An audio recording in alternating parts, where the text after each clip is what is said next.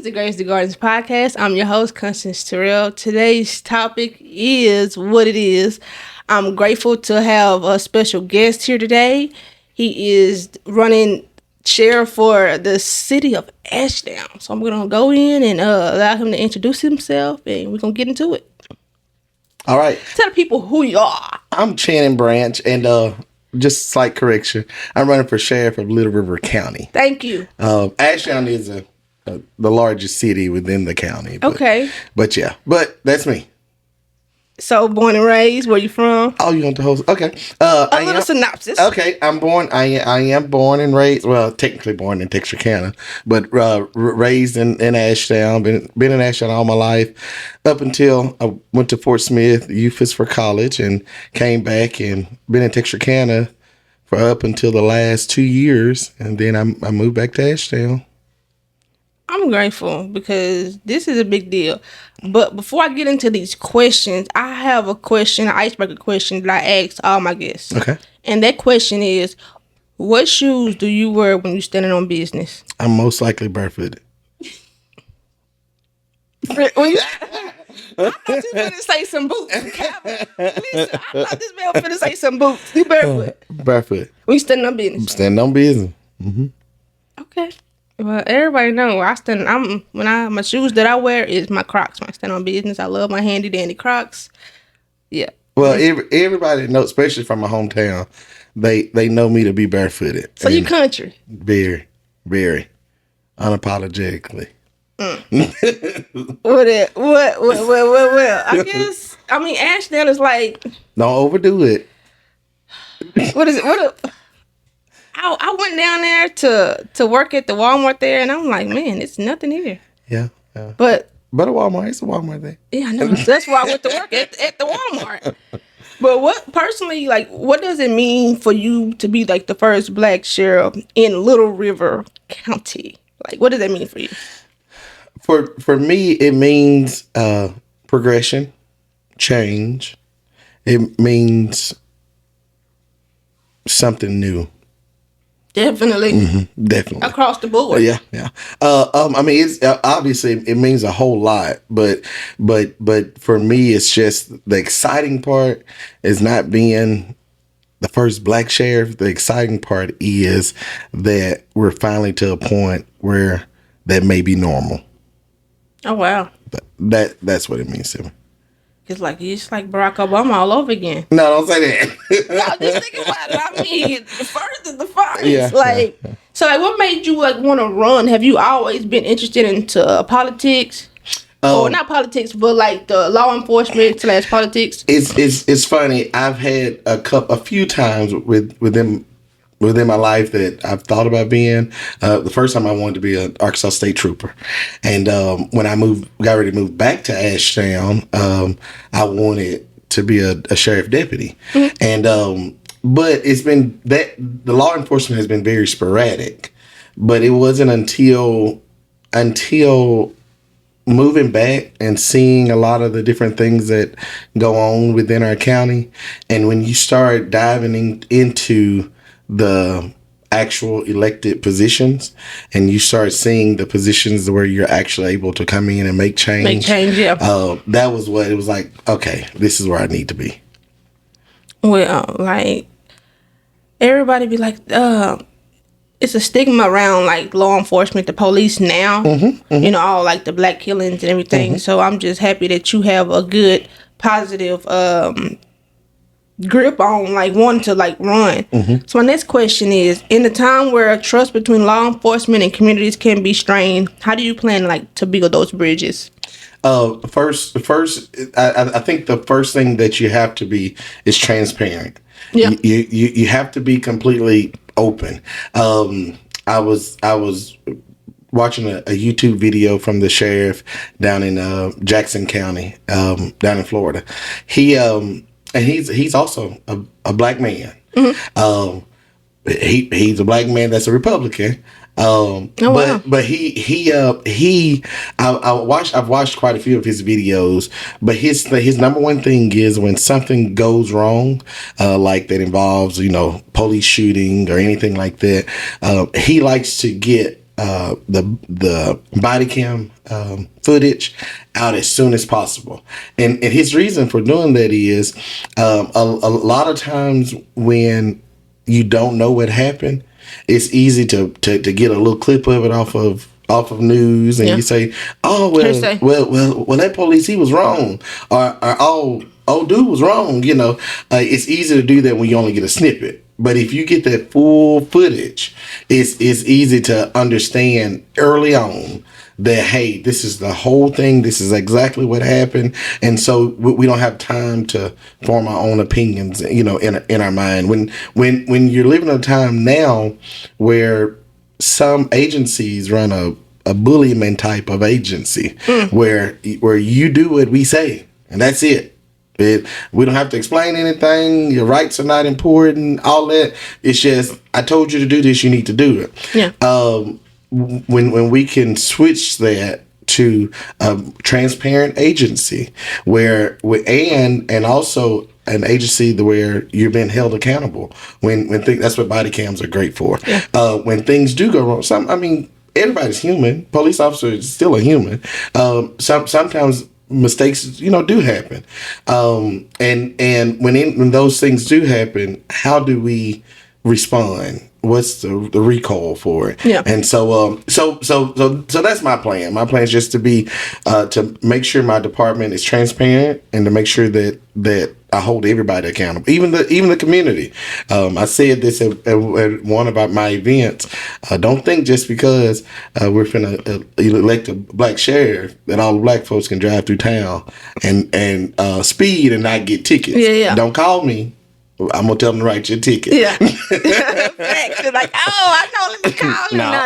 Don't try to pull that card. Yeah. You was wrong. Mm-hmm. Exactly. You can go legally. What is it? 5 miles over.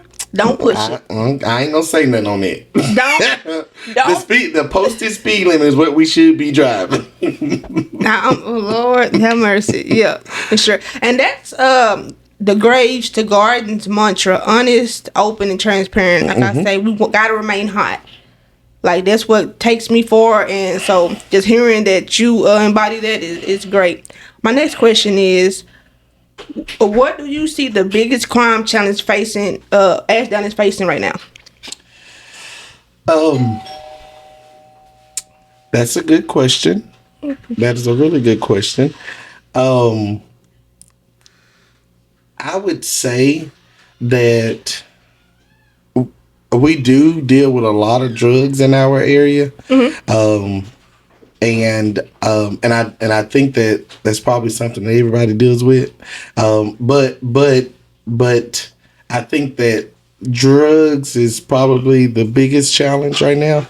And I hope with reform. Well, let me say this right here. Drugs is probably the blanket of it. But here recently, if anybody's been following the Ashdown news, and it's been coming to Texarkana too. We've had quite a few drive-by shootings. In Ashdown. In Ashdown. Oh wow. In Ashdown, it's been a big deal the last 2 months, and I mean it's been a really big deal, and like you said in Ashdown, it's really new to us, and then in the neighborhoods it has happened in, and I think like 2 or 3 of them have been in the exact pretty much on the same block. And so, so right now, that's what we're dealing with, and so, I guess those would be our two is gun crimes and drugs. So, like, what strategies would you prioritize to reduce like the crime while addressing the root cause? Youth reform, and a stronger attention to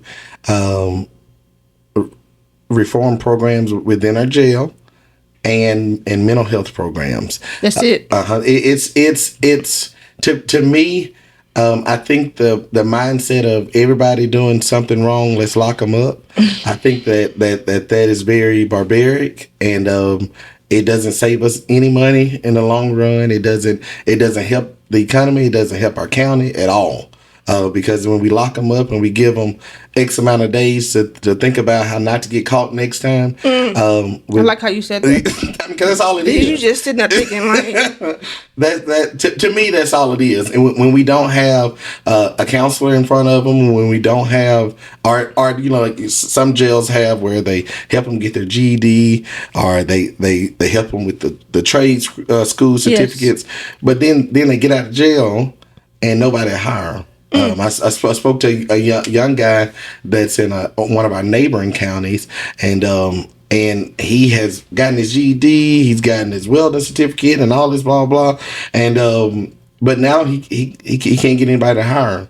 So what's the purpose of us doing that if we haven't built that pipeline? So when they get out, this company right here is a partner of ours. Yeah, and we recommend this young man or young lady for this position. Yeah, and let's just try it. Yeah, but if we're not rehabbing them while they're in jail, when they get out, what do you expect for them to do? Yeah, just like you babysitting them, basically. yeah. You definitely babysitting them. So you spoke on mental health, and my next question is, mental health is often overlooked in both the community and law enforcement, because I've seen some videos of like police have taken that just was doing too much, and this person was having a mental breakdown. It's not about them they might have been aggressive, but it might have been like a schizophrenia or bipolar episode. Like, they not intentionally trying to cause harm, but I know, catch-22, like the police is like, hey, it's either me or you. So like, what, outside of getting the jobs to, partner with the job, like what else are we doing for the city of Ashdown to do that youth reform, or not even just for the youth, just in general, a whole reform situation? I think, and I guess I have to lean back on my past experiences. I worked for Riverview here. Well, it was Vista when I started, and I stayed there, worked there for Riverview. I worked for Community Health Corps, and I put in many years in mental health. I think, this is just what I think, we have to make de-escalation training just as important as tactical training. When you, and I've seen it when I was here at Riverview. For me, I was one of the ones that they called in the middle of a crisis. I came in and helped handle crisis. If you can, they called me because I was good at it. That was part of my job, was come in and handle crisis. When you have somebody in a crisis, the worst thing you can do is fight fire with fire. I agree. And when it goes even deeper, when you have somebody that is in a mental health crisis, and we're coming in and giving them commands that they don't even hear. Yeah. And if they hear it, they don't even know how to respond to it. Yeah. And it's just pouring fuel on the fire and not trying to de-escalate the situation. Yeah. I say this all the time. If I have to walk in the room and say that I own the room, I really don't own the room. You shouldn't have to walk in and assert your authority in those kind of situations, because if that person puts you in a situation to have to make a call of it's me or them, who actually own the room? Yeah, that person. Yeah, and so when you switch that to actually train your officers for de-escalation, where we're actually trying to water down the situation. Now, bottom line is, if there's anything that's illegal, any laws have been broken, I mean, our job is to enforce the law. But we can't enforce the law if everybody's up here on 10. Yeah. So, like, what message do you hold your candidacy with seeing young men and women of color in Ashdown and beyond? Good question. I was already laughing because they think they finna have a homeboy. I'll tell you that now. They think they finna call you and they got caught with some dope and you finna help them or just whatever. I'm just telling you that now. Well, it's funny. And going back to, I never forget my first job as a supervisor. That was at every review. I noticed, and I had to learn the hard way, that anytime you're put into certain positions of power, you lose friends. Yeah. And sometimes in a good way and sometimes in a bad way. But the thing is, when you have a job to do, bottom line is we have a job to do. Yeah. I think that it would be easy for me to run this campaign and say, hey, if you elect me, you don't ever have to worry about police coming back by your house for X, Y, and Z. I could say that. And then get in office and do the complete opposite. Yeah. But what I've done many times is say, hey, don't call me because the law is the law. Yeah. I expect my deputies to follow the law, period. Yeah. And that's to protect you and to protect them. If my mom drives through Little River County, and my mom has already told me, when you become the sheriff, I ain't even coming back to Ashdown. Because and it's because I feel like this. If my mom is speeding through Little River County and she gets pulled over, deputy, don't pick up your phone and call me and tell me you got my mom on side the road. My mom is somebody that has broke the law. It's your discretion to handle that traffic stop the way you need to handle it. And Mama don't even get a pass. Nope. My Lord. Well, everybody's pass is here. This is your pass right now. You already know it. But now officers now they do have their discretion. Yeah. And so but that's gonna be left to them. Yeah. I don't want the main thing that I brought up when I came out with the campaign was we want to get rid of the buddy system. We have a very thick buddy system in not just our county, just in our country, period. But my thing is, if we're gonna vote for me to get rid of the buddy system, that's what we're voting for. We're not voting for me to change the buddy. We're voting to get rid of the buddy system. You said something. We ain't finna switch parties. No, we finna gut the whole thing out and just do a whole 180. Mm-hmm. That's it. Thank you for saying 180. Yeah. People be like 360. You just do back right to back where we square one. started. Okay, Brian McKnight. No, we're not doing it. 180. Stop playing. So, like, you running.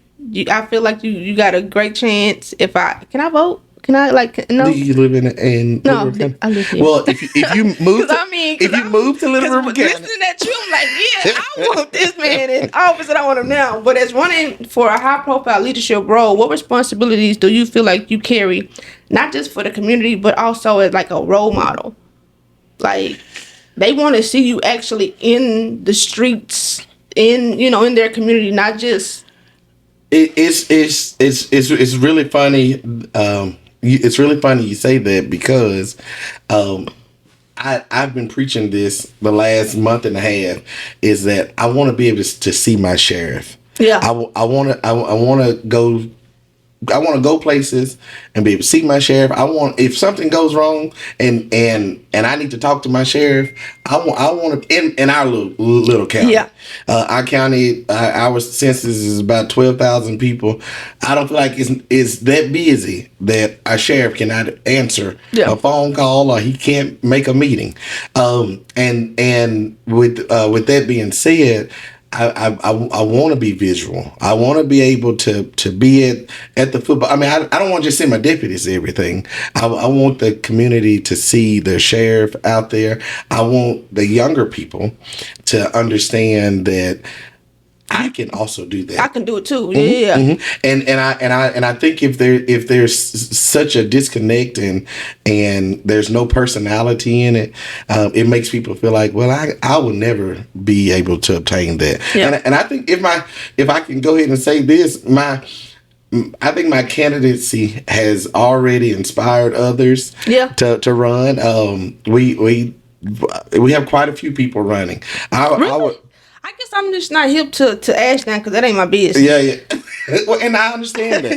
Nothing against Ashdown, but I live here. I got a sheriff literally down the street. I think he's a sheriff on that side road. And I'm like, hey, that's cool. Yeah.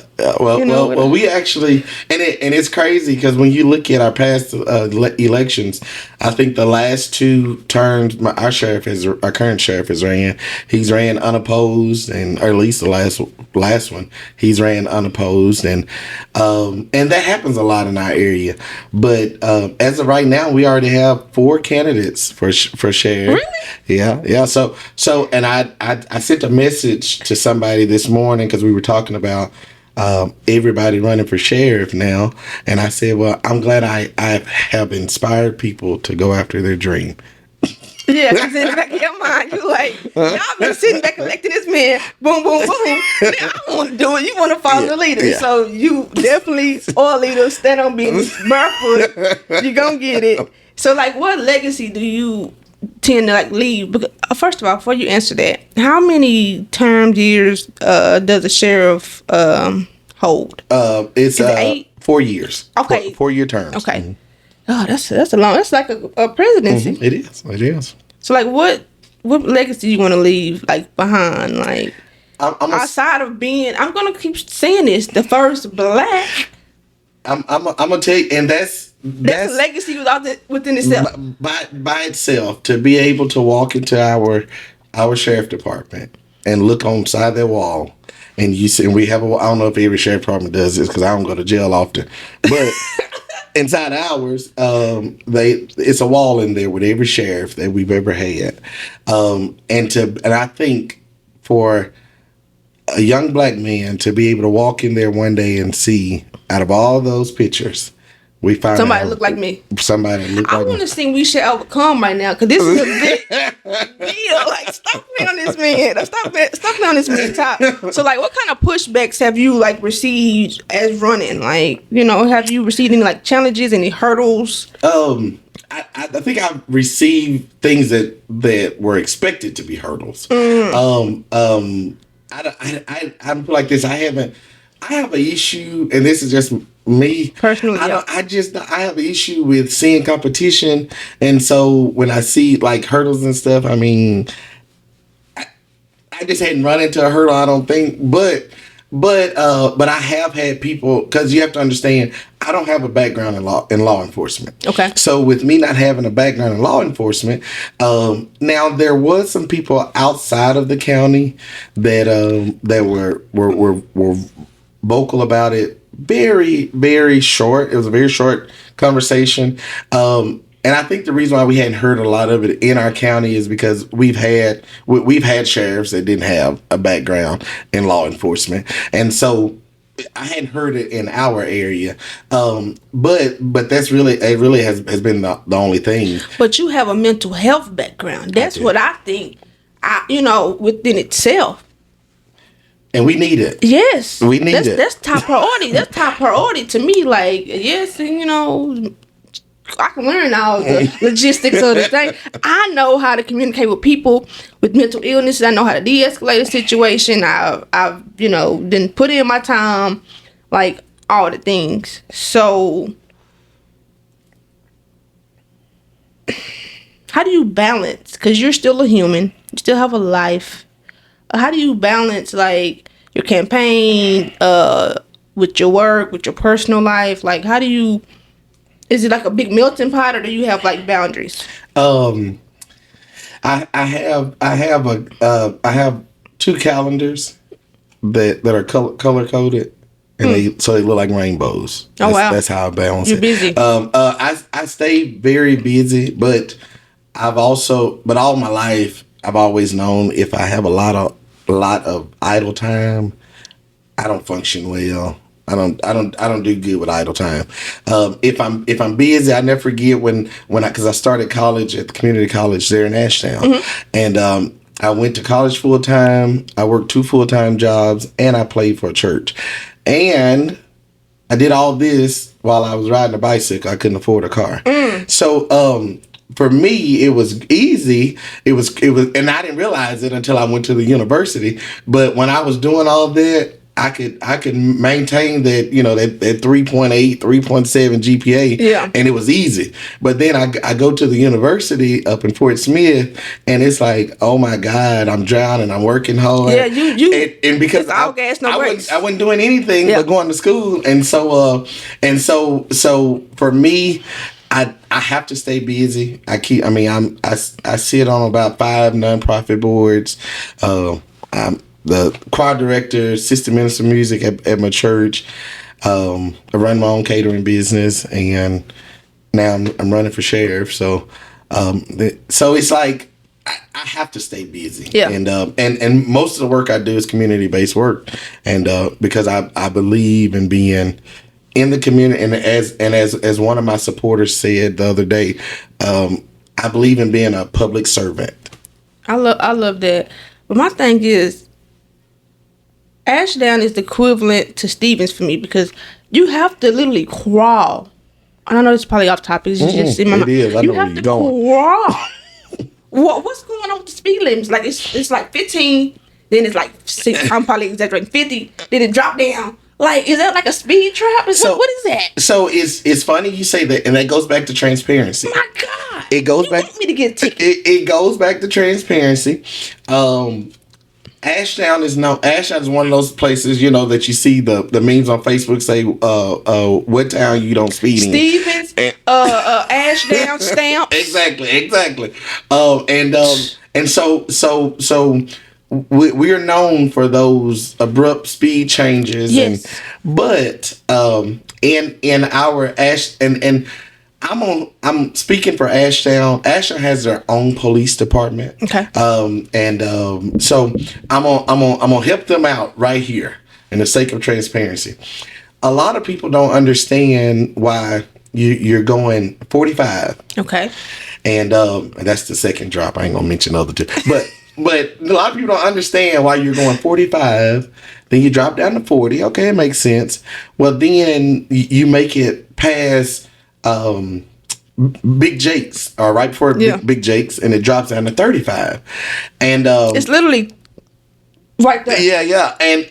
But what people don't understand is there are 2 trains that cross Highway 71. Mm-hmm. And there are no train arms there. It's just where 2 trains cross. And if you're trying to get your child to school on time on a Monday morning, you probably gonna catch both of those trains going across Highway 71.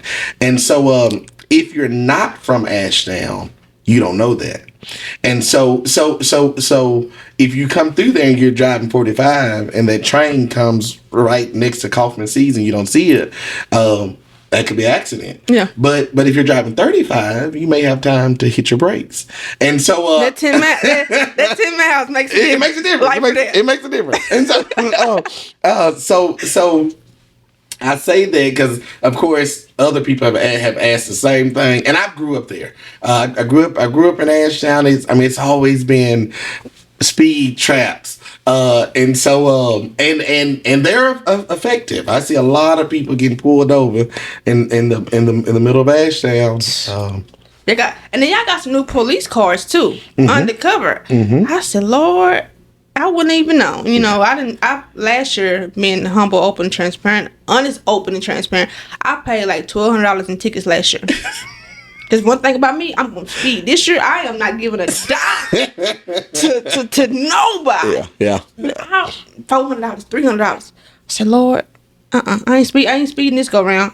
I can't do it. Well, I've always been a natural speeder. Yeah. I have paid my fair share of speeding tickets, but I've done really good for quite a few years now.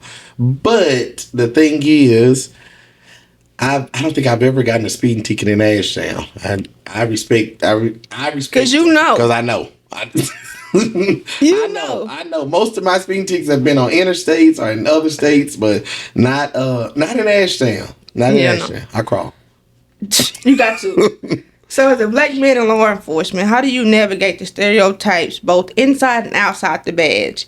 In your eyes, what does healthy masculinity in leadership looks like? Because I asked that question because you said people are tyrants or what's the word you use? They were just like, what I say go. like dictators. Yes, I yes. forgot the word you used, but and that's what It's a bully mentality. Yeah, bullying mentality. So like, describe like what does healthy masculinity being a man, not even put no color on it, because women have their own struggle as far as being in law enforcement. So like, let's talk about that. I think I truly believe if you started when everything is going good, if we are introducing our police officers to the community before the crime happens. Okay. When they know who the police officer is, they already respect who the police officer is. Then when something does go wrong, and I'll use me for an example. When I get pulled over for driving 5 over the speed limit. Okay. I met this police officer. I know who he is. He comes to our little league games and blah blah. He's very personable. When he pulls me over and he walks up and he asks me for my driver's license and my insurance, and he does his job, what he's supposed to do.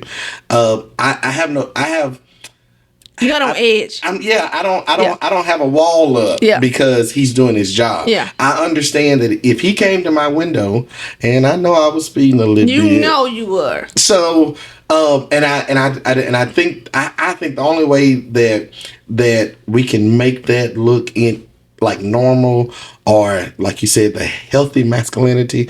I think we have to look at it a different approach, and not just. You show, because either way it go, you're already in a bad mood when the blue lights come on. 9 times out of 10, your bad mood started before they came on. Yeah. Because I'm running late. Yeah. So I'm already bothered. Yeah. And so now this unmarked police car. That's sneaky. That pisses me off. Like, this unmarked police car has pulled me over. I'm already running late, and it's 6 of us speeding, and out of all 6 of us, he pulled me over. See, you in the room. Come on in the room. So that's my story. I'm thinking to it. So when he walks up to that door, I'm already bothered. Yeah. It don't matter how nice he is. I'm already upset. But if we figure out a way to make sure that everybody knows that when that traffic stop happens, we're all accountable. Yeah. You as a driver, and me as the officer, we're all accountable.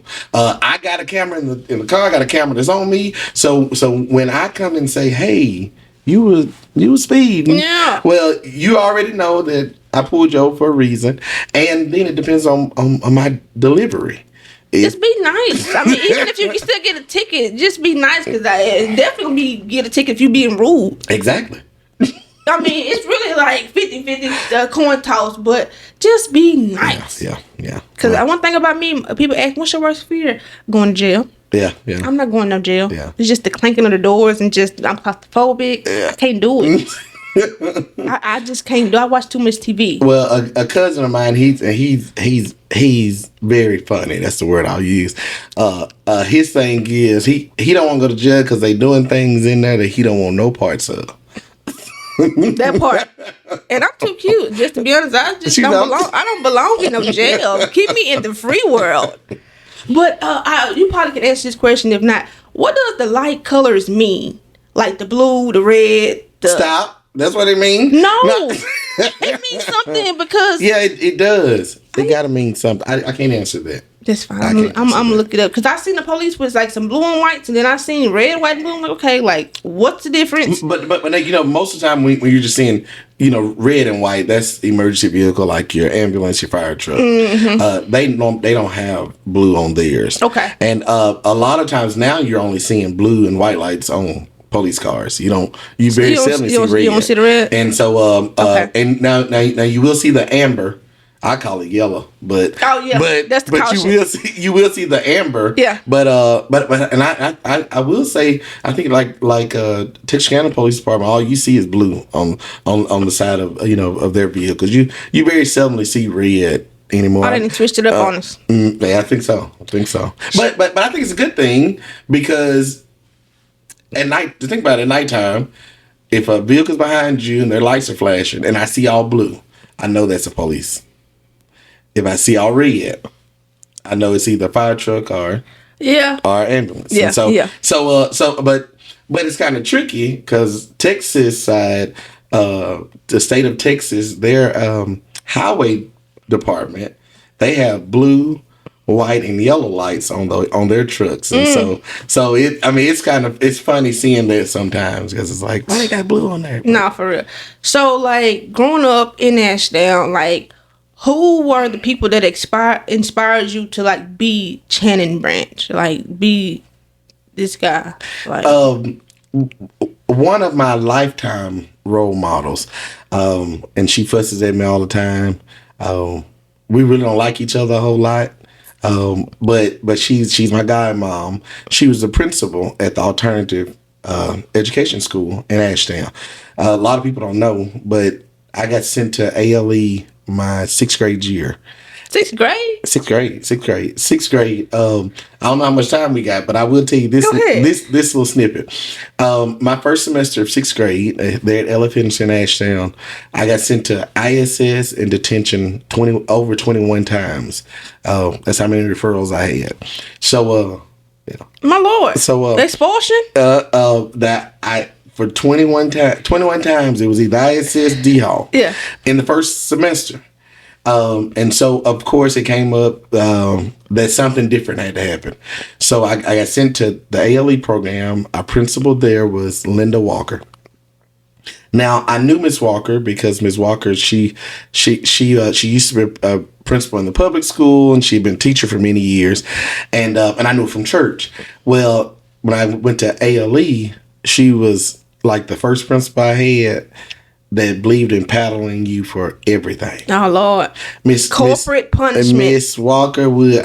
I'm telling you, we would be in the cafeteria area, and I'm in there joking and clowning. We laughing, my mouth wide open, and she walk up beside me. Go on down there to my office, so we can get your day started off right.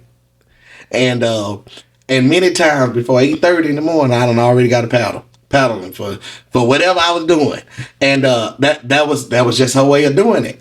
And the worst part about it was she would paddle me, then she would call my mom and tell my mama she paddled me. So now I got to go home and relive this whole nightmare over again. And so but over the years, I realized that I had people like Linda Walker and Nancy Coker, and other teachers that were there at that at the alternative school that really cared about us. Not that the teachers in the public school didn't care about us, but it's a difference. You feel it. It's a difference, and then it's also a difference when you have 6 kids in the classroom and 26 kids in the classroom. Yeah, you just don't have the one-on-one, and so going through that program. And then going back to regular school, my 8th grade year, and literally on our state testing, I was like the highest scoring male in our school district. Oh, dang. To go from that to that, I made the front page of Texarkana. I wasn't even in Texarkana. I made the front page of Texarkana newspaper because I was asked by the Alternative Education National Department to pretty much be a motivational speaker, and I would go to their administrator national conferences and be a keynote speaker, and I did that all the way up and through the time I graduated, and even my 1 year as a junior here at Arkansas High. I still went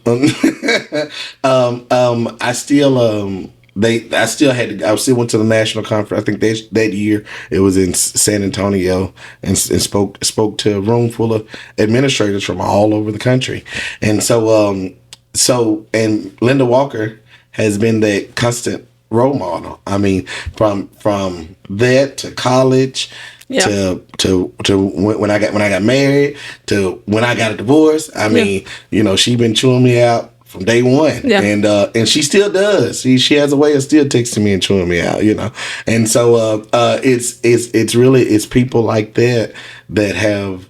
To me, they paved the way, and I think that they took the torch as far as they could take it, and so now it's time for us to pick it up, and run our lap. I love that. Like I do too. Shout out to Linda Walker. I ain't never ran a lap. Shout out to Linda Walker though. So, like with that being said, like what does like justice mean to you as a person Justice, on a justice personal level, like on a personal level is it's to me it's just following what the law says.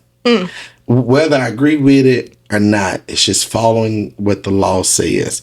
The law is to me the law is not hard. It's a book for this, for everything. It is written. It's nothing that's there's really not any gray areas when it comes to the law.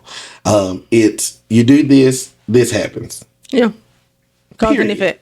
And so when you're looking at justice, and sometimes it don't come out the way that we want it to come out. I mean, we've all have seen where suspect took the victim's life, and the family feel like that the only way that justice is served is if their life get taken. Yeah.